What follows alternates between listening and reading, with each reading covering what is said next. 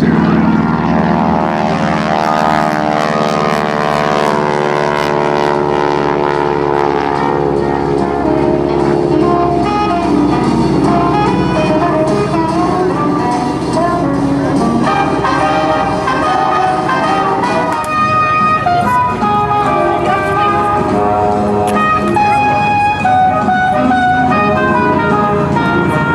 As a bit of a P-47 Thunderbolt, this was a training base for this airplane. Mr. Dan Davey on the controls of the C-4, the P-47.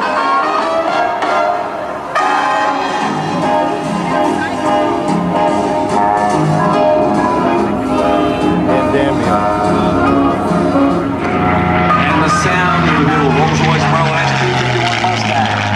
P-51 Mustang designed, built in less than 120 days. Went from drawing board to flying prototype action, 113 days waiting on the engine. The original P-51 had the F4U Corsair, probably made famous with a TV show, Bob Black Sheep with Bobby Boynton. Powered by an R2800, tracked when the engine cranked out, about 2,000 horsepower. They called it Whistling Death with a Bent Wing Fighter. The TBM, again flown by Terry Rush. This airplane again was flown during World War II by past President George Bush, flying this airplane. What a TBM aircraft. TBM torpedo bomber aircraft. It's a long, long bomb bay on the bottom side aircraft, carry a torpedo on board or a bomb of any sort. In the highly polished training aircraft, the T-6, that would be a trainer aircraft. The AT-6 would be the advanced trainer aircraft. T-6. T-6, Navy called it the SNJ, and Canadians called it the Harvard. Powered by a 1340 Pratt with engine, round engine, cranking out 600 horsepower through a Hamilton standard prop. The P-47 Navy flown most Dan Damie of Bridgewater, New Jersey, is from the American Air Power Museum in Farmingdale, New York. Oh yeah. Well, what they did was took the biggest engine, most reliable engine they had, the R2800, and built the airplane behind it.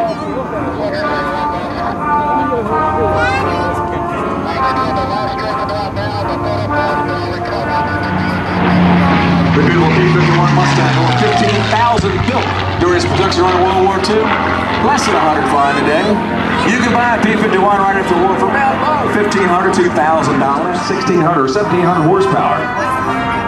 In the neighborhood, you want to overhaul that engine, about $200,000, $150,000, $200,000 to overhaul the engine, not to buy it, but to overhaul it. The F4U Corsair, again, powered by R2800 engine. First getting to the Marines, it flies an aircraft carrier-based aircraft. The Marines didn't like it, so the gear was too springy. They couldn't see the carrier deck. British liked it. They perfected landing on the gear. The TBM Avenger, powered by a Wright R2600, same engine beside the B-25. In this dashboard configuration, it will crank out about 1,700 horsepower. Now, that's back where we had 130 octane fuel. That airplane's going to burn about 100 gallons an hour. T-6 Texan aircraft. Now we have the replacement airplane, the Texan II, on display back here in front of the C-130, the Air Force. And of course, Dan Davey, the beautiful P-47 Thunderbolt, based in 1941 to 45 for pilots of the P-47.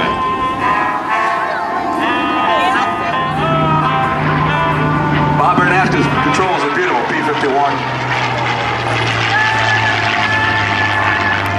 Yes, the guy flying the T-6, his name is Bernascus too. That's his son, Chris. The airplanes are painted about the same colors and polished to the hilt.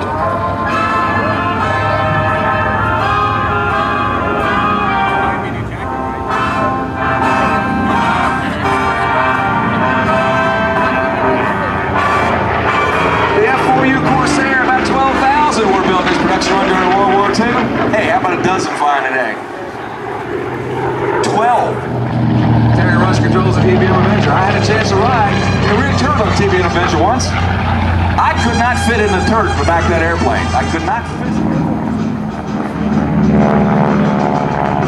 This is Chris Bernascus flying this beautiful T-6 aircraft. Big airplane, very light on the controls. This was used to be called the poor man's Warbird, not anymore. A nice flying T-6, well, T-6 like Chris is flying today, you're looking in excess of $200,000 for an airplane like that today.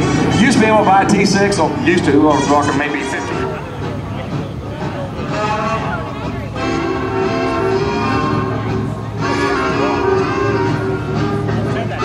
See how wide the main gear is in this P-47. Now we're going to bring it back to taxiway, hopefully out there, so get these guys away if they taxi by and fly these beautiful, beautiful airplanes. The smoothness of it. And watch these airplanes fly.